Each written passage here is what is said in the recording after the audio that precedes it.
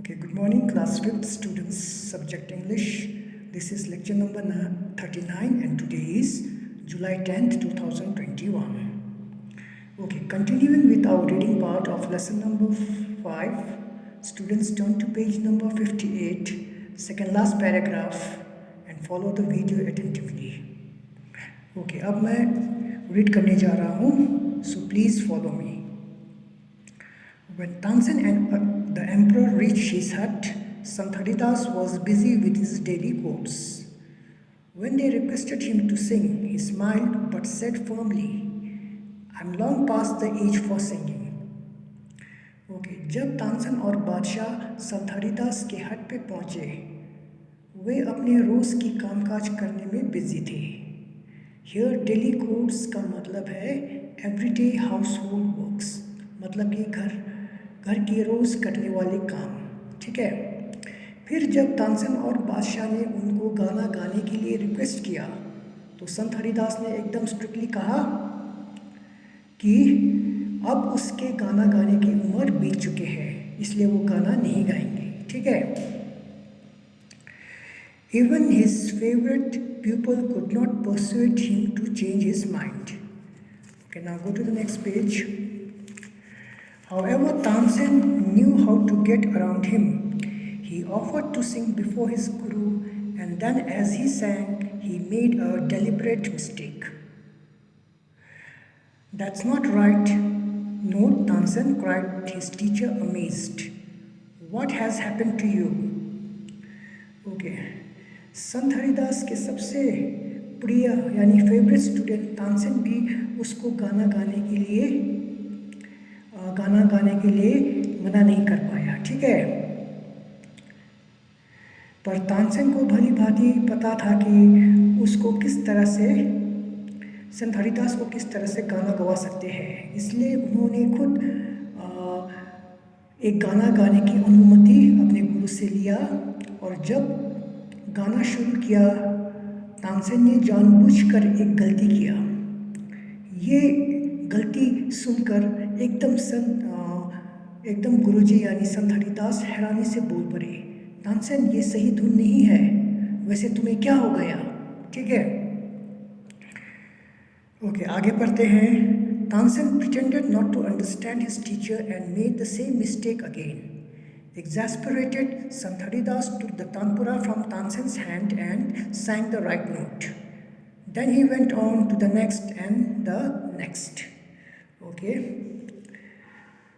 फिर तानसेन ने जानबूझकर ऐसे बर्ताव किया कि वो सही धुन समझ नहीं पा रहे थे, इसलिए वही गलती बार बार कर रहा था. एग्जैस्परेटेड का मतलब है एकदम इरिटेट यानी नाराज होते हुए. ठीक है. संत हरिदास ने तानपुरा तानसेन के हाथों से लिए और खुद सही धुन पकड़कर गाना गाने लगे. फिर वो अगला लाइन गाता गया, फिर अगला, इस तरह से वो गाते ही चले गए. ओके, आगे बढ़ते हैं. The melody of his voice spread across the forest like the first glimmer of dawn or the fragrance of jasmine.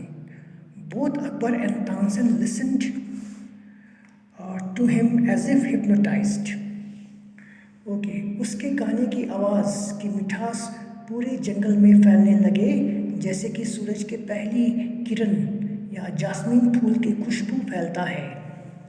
दोनों अकबर और तानसेन इस तरह से गाने में लीन हो गए यानी खो गए, जैसे कि उन पर किसी ने जादू कर दिया हो. ओके, हियर हिप्नोटाइज का मतलब है कि जादू कर देना. ठीक है. किसी को एकदम है ना किसी चीज़ों में वो कर देना, जादू करके खो जाना. ठीक है. ओके, आगे. The emperor realised that Tansen has spoken the truth. He had not known that music could be so heavenly. He had certainly never heard anything like it before. बादशाह अकबर को अब एहसास हुआ कि तानसेन बिल्कुल सही कह रहे थे. उनको ये पता नहीं था कि संगीत इतना खूबसूरत हो सकते हैं. यहाँ पर हेवनली का मतलब है एकदम जन्नत के एहसास दिलाने वाले. ठीक है. उन्होंने ऐसे संगीत पहले कभी नहीं सुने थे। ओके, आगे पढ़ते हैं। As they walked back, the emperor suddenly broke the silence and asked Tansen, "Why can't you sing like him, उस्ताद जी?" फिर जब संत फिर जब वे संत के वहाँ से वापस लौट रहे थे, बादशाह एकदम अपने चुप्पी तोड़ते हुए तानसेन को पूछते हैं कि तुम उनके जैसे क्यों नहीं गा पाते हो। Tansen smiled. "Shenshah, I sing as at your command, the command of the Emperor of Hindustan. Guruji sings for the one who is the King of Kings. His music springs from the depth of his soul, free and unasked for. How can my music hope to reach those heights?" फिर मुस्कुराते हुए तानसेन जवाब देते हैं, "शहंशाह, मैं आपके आदेश पर गाना गाता हूँ, यानी कि हिंदुस्तान के बादशाह के हुक्म पर मैं गाता हूँ, परंतु गुरुजी यानी कि संत हरिदास उनके लिए गाते हैं जो बादशाहों के भी बादशाह है, मतलब कि वो ऊपर वाले के लिए गाते हैं। ठीक है। उनके संगीत एकदम उनके आत्मा की गहराइयों से निकल आते हैं, एकदम अपने मर्जी से, बिना किसी के दबाव में। ठीक है। तो भला मेरा संगीत उनके जैसे कैसे उनके ऊंचाई पे कैसे पहुंच सकते हैं। ठीक है। Okay, it is written by Swapna Dutta.